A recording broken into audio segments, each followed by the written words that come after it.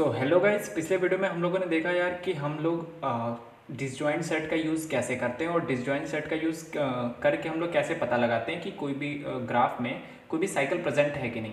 तो सिंपल यार, हम लोगों ने डिसजॉइंट सेट इसलिए पढ़ा था ताकि हम लोग क्रुस्कल एल्गोरिथम कर सकें, जो कि एमएसटी निकालने के लिए होता है। तो यार एक और बार देख लेते हैं एमएसटी क्या होता है। एमएसटी बेसिकली होता है कि अगर हमारे पास कोई ग्राफ दिया है तो ग्राफ बेसिकली कनेक्टेड होते हैं, ठीक है, और ग्राफ में लूप्स भी होता है। और मुझे क्या इससे कोई ऐसा ट्री बनाया जा सकता है। ट्री कैसे बनेगा? एजेस को हटा के ट्री बनेगा। सपोज दैट यहाँ पे 1, 2, 3 यहाँ पे एक हमारे पास ग्राफ है और वैल्यू अगर यहाँ पे 1, 2, 3 दिया हुआ है, तो यार ये देखो, ये हमारा एक ग्राफ है। क्या हम इसे ट्री में बदल सकते हैं? कैसे बदल सकते हैं? किसी भी एज को अगर हम हटा दें तो ये एक ट्री बन जाएगा, क्योंकि लूप खत्म हो जाएगा। और क्या हम लोग कोई ऐसा ट्री बना सकते हैं जिसका जो कॉस्ट है वो सबसे मिनिमम हो? तो क्रुस्कल क्या कहती है? क्रुस्कल इतना कहती है कि पहले एक काम करो, जितने भी एजेस हैं सबको असेंडिंग ऑर्डर में सॉर्ट कर दो, ठीक है। असेंडिंग ऑर्डर में सॉर्ट कर दो। असेंडिंग ऑर्डर में हम लोग सॉर्ट कर रहे हैं, तो सॉर्ट करेंगे तो कैसे आएगा? सबसे पहले देखो यार, 1 वाला एज चूज होगा क्योंकि इसकी कॉस्ट मिनिमम है। तो देखो यार, मैं एक u लूँगा, एक v लूँगा, और यहाँ पे मैं क्या होने वाला हूँ? डिस्टेंस लेने वाला हूँ, ठीक है। तो अभी मैं लिखना शुरू करता हूँ।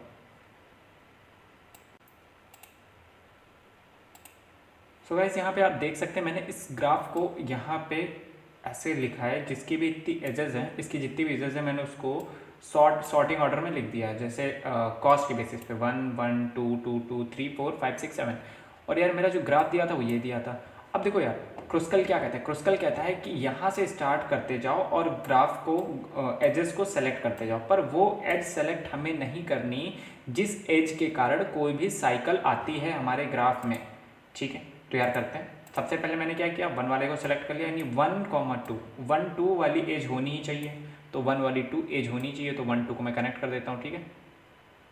उसके बाद 3 और 4 होनी चाहिए, 3 और 4 होनी चाहिए, ठीक है, बिल्कुल सही। उसके बाद 3, 6 होनी चाहिए, 3, 6 होगी, 3 और 6 होगी, बिल्कुल होगी, हो गई मेरी। अगला काम क्या है? अगला काम क्या है? 6, 7 होनी चाहिए, 6, 7 भी होनी चाहिए, ठीक है, 6, 7 होनी चाहिए, हो गई मेरी। नाउ अगला काम क्या है? 1, 3 होनी चाहिए, 1 के साथ 3 होनी चाहिए, ओके, नो प्रॉब्लम, 1 के साथ 3 हो गया,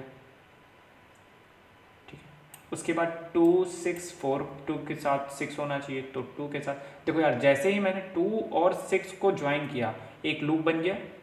और ये हमें कैसे पता चलेगा किसी एज को ज्वाइन करते समय लूप बनता है कि नहीं? डिसजॉइंट सेट की मदद से।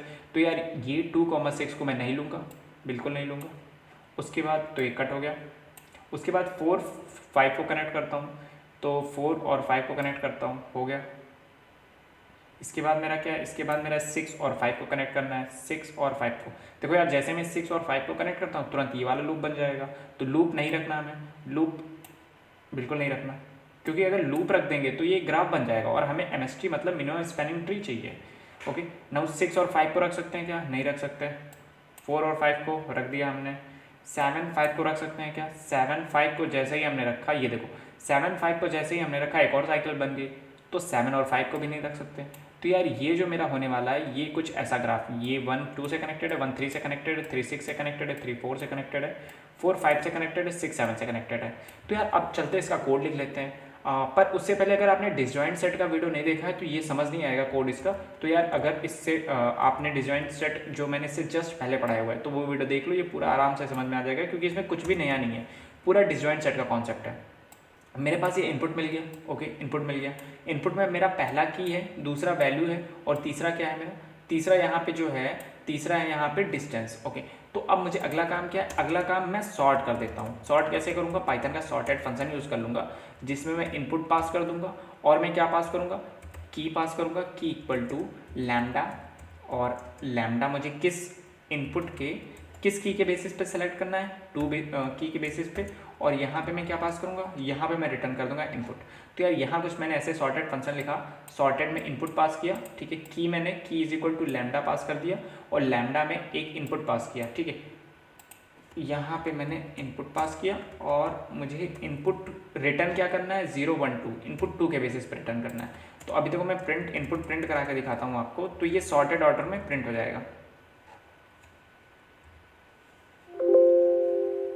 ओके। ये देखो 1, 1, 2, 2, 3, 4, 5, 6 और 7, देखा यहाँ सॉर्टेड ऑर्डर में मेरा हो गया। अब अगला काम क्या है? अगला काम ये है, मुझे यार एक ग्राफ बनाना पड़ेगा जिसकी सारे इंडेक्स पे स्टार्टिंग में मैं क्या कर रहा हूँ, मैं -1 भर दे रहा हूँ। तो मैंने यहाँ पे ग्राफ बनाया, एक काम करता हूँ यार, ग्राफ में इस बार एक एरे बना देता हूँ, ठीक है। और ग्राफ के हर वैल्यू पे मैं स्टार्टिंग में क्या भर दे रहा हूँ, -1 भर दे रहा हूँ।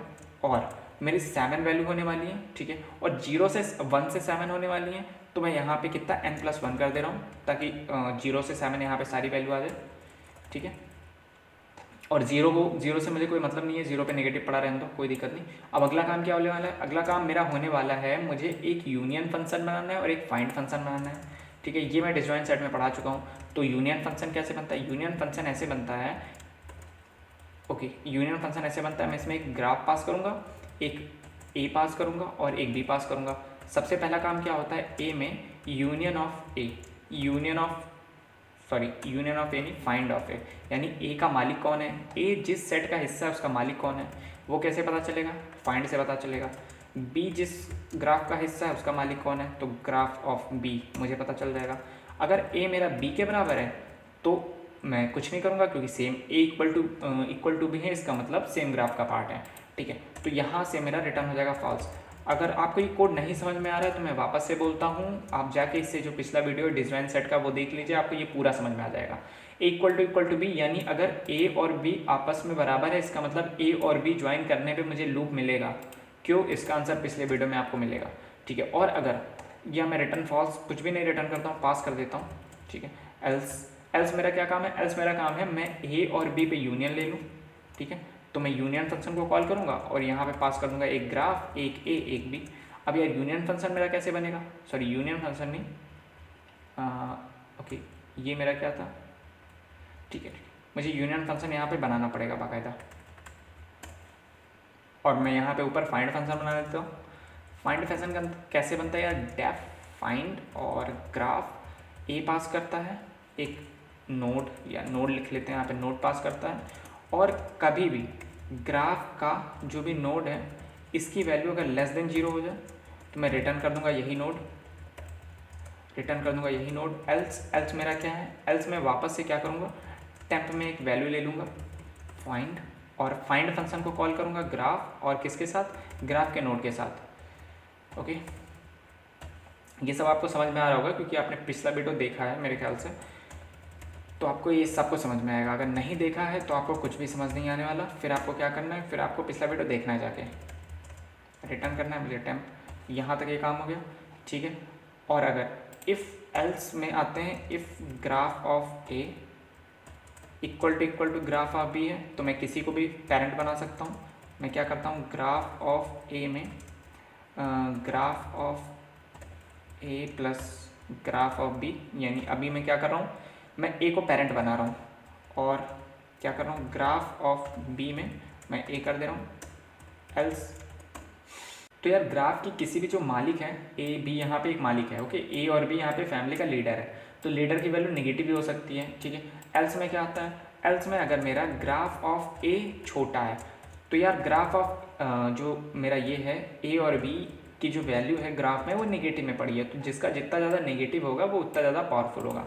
तो ग्राफ ए नेगेटिव है, इसका क्या मतलब है, ग्राफ ए मेरा मालिक बनना चाहिए। तो ग्राफ ए में मैं ग्राफ ए और ग्राफ बी की वैल्यू ऐड कर दूंगा और ग्राफ बी में मैं क्या कर दूंगा, सिंपल ग्राफ बी में मैं ए कर दूंगा। एल्स मेरा दूसरा मेथड क्या होना चाहिए, या फिर मेरा ये वाला जो इफ़ लगाया है मैंने, इसकी भी ज़रूरत नहीं पड़ेगी क्योंकि एल्स में मेरा वो कवर हो जाएगा, ओके। एल्स में मेरा वो कवर हो जाएगा, मुझे ज़रूरत नहीं है एक एक्स्ट्रा इफ की। एल्स मेरा क्या होने वाला है, एल्स मैंने बी को पेरेंट मान लिया, यानी बी बड़ा है, तो ग्राफ ऑफ बी में मैं ग्राफ ऑफ ए और ग्राफ ऑफ बी की वैल्यू भर दूंगा जो दोनों नेगेटिव हैं, और ग्राफ ऑफ ए में मैं क्या कर दूंगा, सिंपल बी भर दूंगा, ठीक है। तो ये मेरा हो गया यूनियन, ओके। सो मुझे बेसिकली करना क्या है, मुझे बेसिकली करना ये है कि मैं जब भी ए और बी यहाँ पे ला रहा हूँ तो temp of A, T A में ए भर लेता हूँ स्टार्टिंग में और टी पे में बी भर लेता हूँ।